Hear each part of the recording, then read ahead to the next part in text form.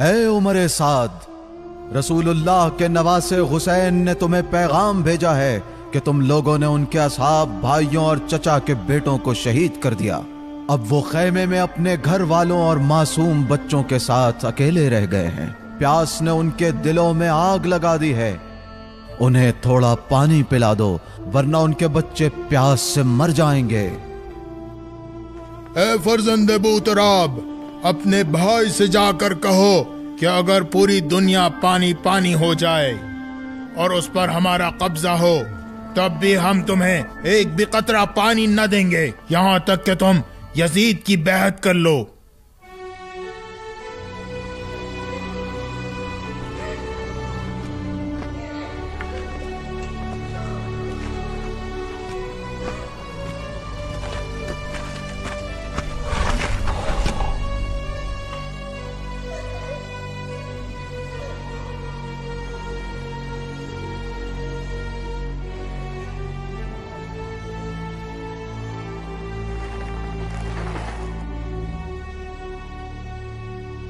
आका, क्या मुझे जंग की इजाजत है? मेरे भाई अब्बास, तुम मेरे लश्कर के अलंबरदार हो। तुम अगर चले गए तो मेरा लश्कर बिखर जाएगा, मेरी दुनिया ताराज हो जाएगी। मेरी जान आप पर कुर्बान हो। दुनिया की जिंदगी से अब मेरा दिल भर चुका है। अब मैं इन मुनाफिकों से बदला लेना चाहता हूं। बस इन बच्चों के लिए थोड़े पानी का इंतजाम कर दो।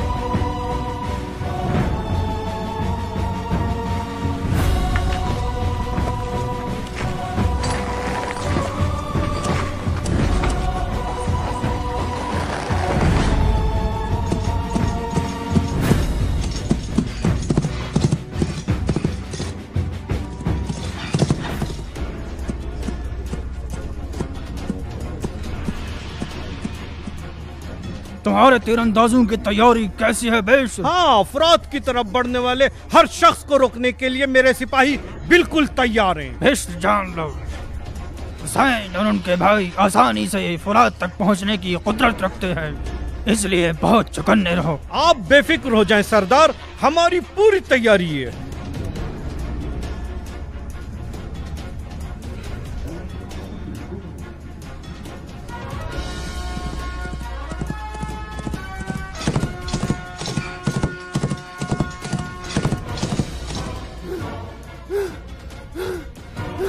सरदार, सरदार, वो अब्बास आ रहे हैं। क्या कहा? अब्बास हमारी तरफ आ रहे हैं? नहीं नहीं मेरे सरदार, वो फुरात की तरफ जा रहे हैं। फुरात की तरफ? अच्छा, तो प्यास ने अब्बास को अपनी तरफ खींच लिया। क्या? यानी वो पानी ले लेगा? तो हमारे सिपाही कहाँ हैं? परेशान ना हो शिम्र, मैंने 4000 सिपाही अम्र इब्न हज्जाज की कमान में फुरात पर लगा दिए हैं।